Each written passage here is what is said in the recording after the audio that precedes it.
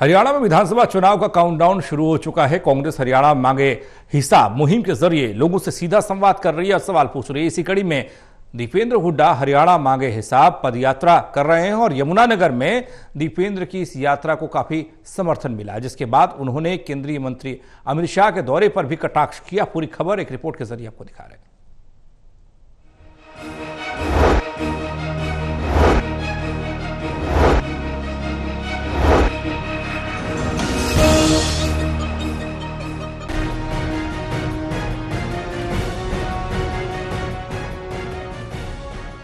हरियाणा में विधानसभा चुनाव का काउंटडाउन शुरू हो चुका है। कांग्रेस हरियाणा मांगे हिसाब मुहिम के जरिए लोगों से सीधा संवाद कर रही है।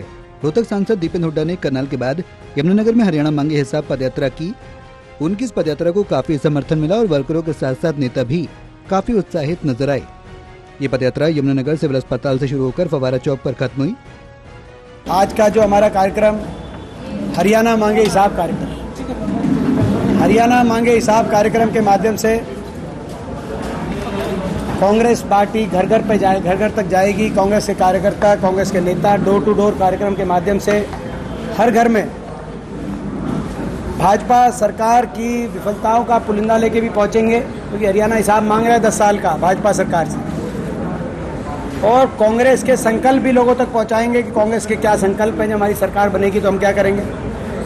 और लोगों से भी सुझाव लिए जा रहे हैं कि हमारी घोषणा पत्र में क्या क्या बातें हम शामिल कर सकें। जनता का मैनिफेस्टो हम तैयार करेंगे लोगों के सुझाव लेकर। वहीं सांसद दीपेंद्र हुड्डा ने कंवरपाल गुर्जर के उस चैलेंज का जवाब दिया, जिसमें कंवरपाल गुर्जर ने कहा था कि कांग्रेस से यमुनानगर में 5 काम गिनवाए, हम उन्हें 25 काम गिनवाएंगे। इस पर दीपेंद्र हुड्डा ने कैबिनेट मंत्री कंवरपाल गुर्जर को जमकर घेरा और कहा कि कैबिनेट मंत्री कंवरपाल गुर्जर ये बताएं कि अवैध खनन में यमुनानगर का नाम पूरे देश में क्यों खराब हुआ। बीजेपी रेलवे लाइन तो बिछा नहीं पाई, लेकिन खनन जोन में अवैध खनन की लाइन जरूर बिछा दी। कंवरपाल जी जवाब दें कि खनन माफिया ये भ्रष्टाचार में जो है यमुनानगर का नाम और खनन माफिया का नाम पूरे देश में इतना बहुचर्चित क्यों हो गया। कौन है वो खनन माफिया के, कौन लोग हैं जो खनन माफिया का संरक्षण कर रहे हैं, उनके सरगना कौन लोग हैं, ये इस बात का जवाब दें।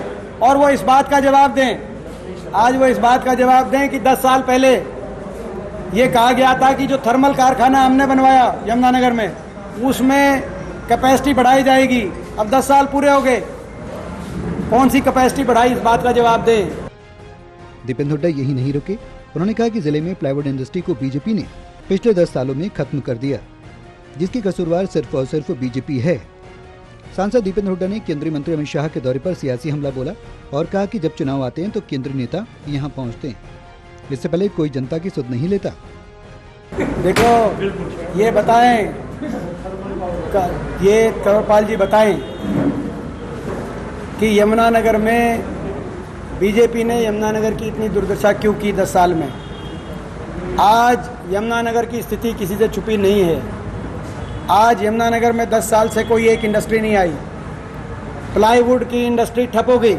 जवाब दें इस बात का, अगर नहीं हुई तो बताएं कि प्लाईवुड की इंडस्ट्री बहुत खुशहाल हो रही है। पेपर मिल बंद होगी।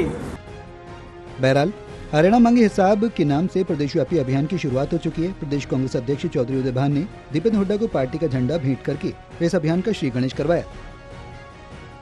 यमुनानगर से टोटल न्यूज के लिए राहुल सहजवानी की रिपोर्ट।